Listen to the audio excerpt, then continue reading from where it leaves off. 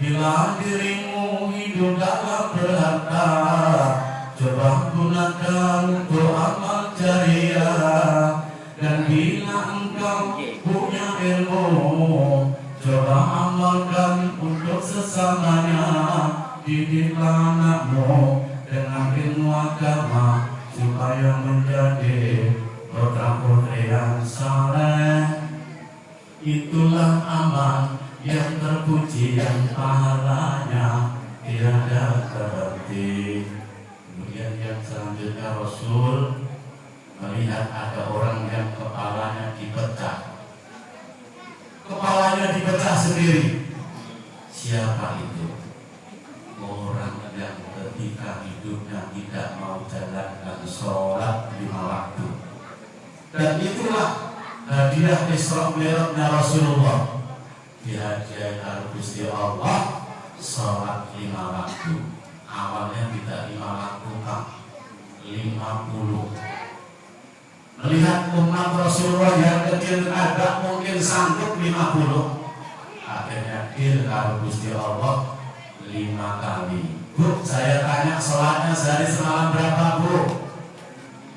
Berapa rakaat, Bu? 17. Bapaknya berapa? Berarti sama dengan saya. Soalnya sekarang ada model sholatnya seminggu sekali, sholat Jumat. Ada yang pengen ringkas lagi setahun 2 kali. Model zaman akhir ini. Padahal kata Rasul apa? Orang yang tidak mau jalankan sholat 5 waktu nanti di alam kubur dia disiksa dengan 3 hal. Yang pertama, kuburnya nanti gelap gulita. Yang kedua, nanti kuburnya yang sudah sempit disempitkan lagi oleh Allah sehingga tulang-tulangnya terkumpul jadi satu. Dan yang ketiga, nanti dia punya teman sejati di kubur. Siapa temannya?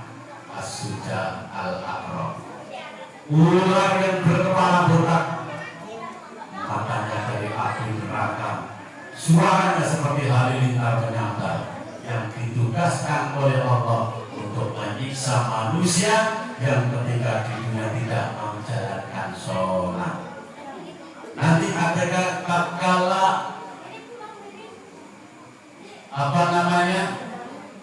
hari kiamat tiba, ya nanti akan dihadiahi 3 hal. Yang pertama, hisabnya sangat berat. Yang kedua, Allah murka. Dan ketiga, dimasukkan ke dalam neraka. Ini hadiah orang yang tidak mau sholat. Tapi sekarang kadang-kadang ada orang yang menghina Allah dalam sholatnya. Saya ambil contoh, kalau Bapak Ibu mau kehujanan, kira-kira pakai baju yang baik dan yang jelek. Pilih yang baik. Habis mandi pakai baju yang baik, ibunya pakai lipstik, pokoknya segala dipakai. Tidak cukup itu pakai tas yang bagus, pakai sepatu yang cincinnya 1 meter, jalannya sampai pokoknya nggak kayak orang. Yang lakinya juga demikian, tidak kalah. Dia pakai baju yang begitu baik, pakai jam tangan minyak, dipakai rambutnya kasih minyak, sepatunya juga yang baik. Waktu mau resepsi perkawinan, tapi tak kalau mau sholat, kadang-kadang masih bau terasi, bau lombok, sholat kubur, pakai tubuhnya mulanya nggak pernah dicuci. Itu secara tidak langsung menghina Allah. Kadang si bapaknya malah menang sholat pakai kaos pemilu. Ada gambarnya, tulisannya lanjutkan. Ya Allah. Sing teman mereka melompat anak muda zaman sekarang. Sholat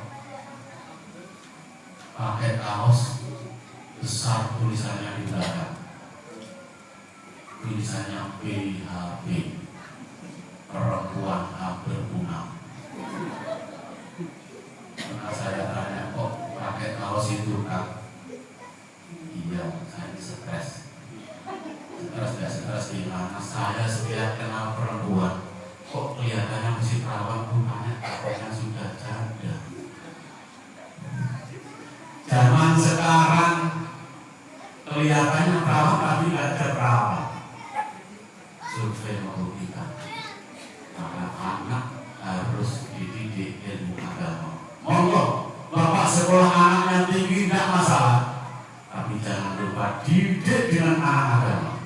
Anak SMP sekarang yang sudah tidak perawan itu sudah hampir 30%. Orang tuanya nggak tahu, memang tidak hampir.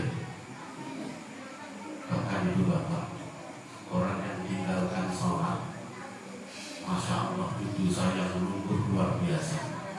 Pernah di zaman Nabi Musa alaihissalam ada orang perempuan Bani Israil. Orang ini ahli maksiat, habis melakukan dosa besar. Dia habis melakukan perbuatan zina, kemudian perutnya berhenti, kemudian anaknya lahir langsung dibunuh sama ibu tadi. Suatu hari wanita ini datang kepada Nabi Musa.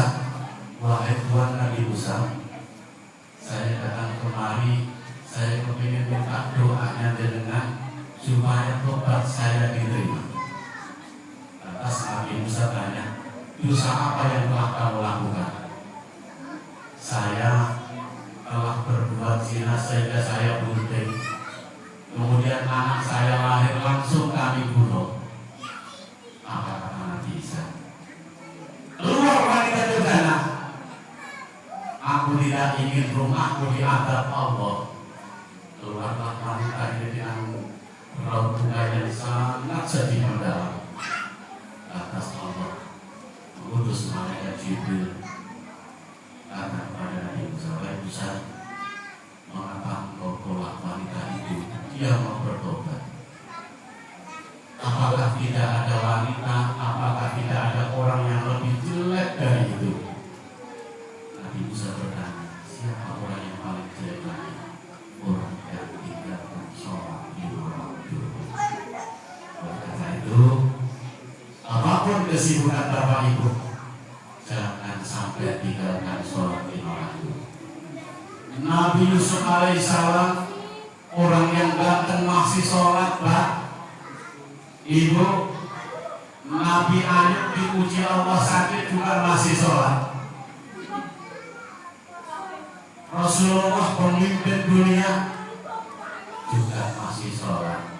Kadang-kadang dari haji saja sudah tak mau sholat kok kita ini. Sungguh kita itu menghina Allah.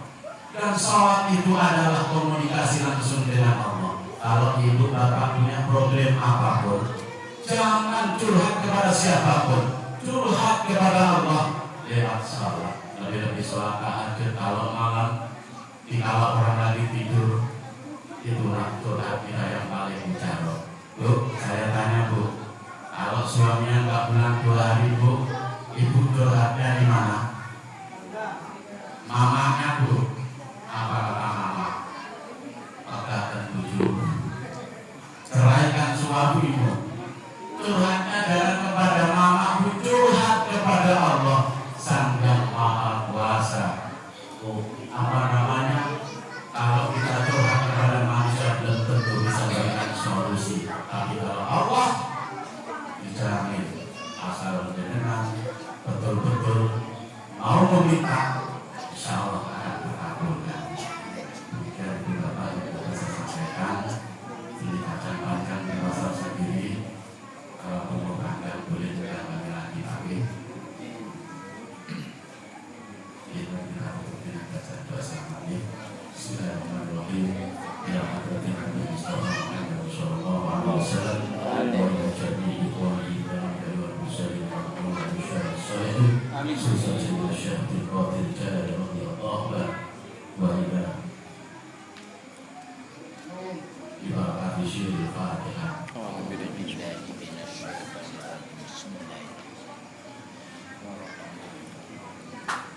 Bismillahirrahmanirrahim. Alhamdulillahirabbil alamin. Wassalatu wassalamu ala sayyidina Muhammad wa ala sayyidina Muhammad.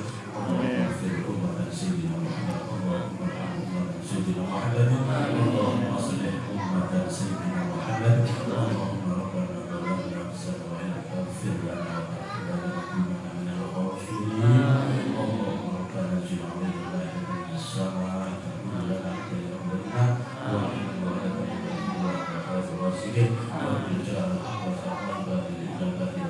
الرقى اللهم إنا نسألك السلامة في الدين وعافية في الجسد وزيادة في العلم وبركة في الرزق وتوبة قبل الموت ورحمة عند وغفرة ذات الموت اللهم عون علينا في سكرات الموت ونجاة من والعفو عند الحساب اللهم نسألك رضا والجنة ونعوذ بك من سخطك والنار اللهم نعوذ بك من جهد البلاء وترك السخاء وسوء القضاء وشماتة الأعداء اللهم أجرنا من النار وآتنا في الدنيا حسنة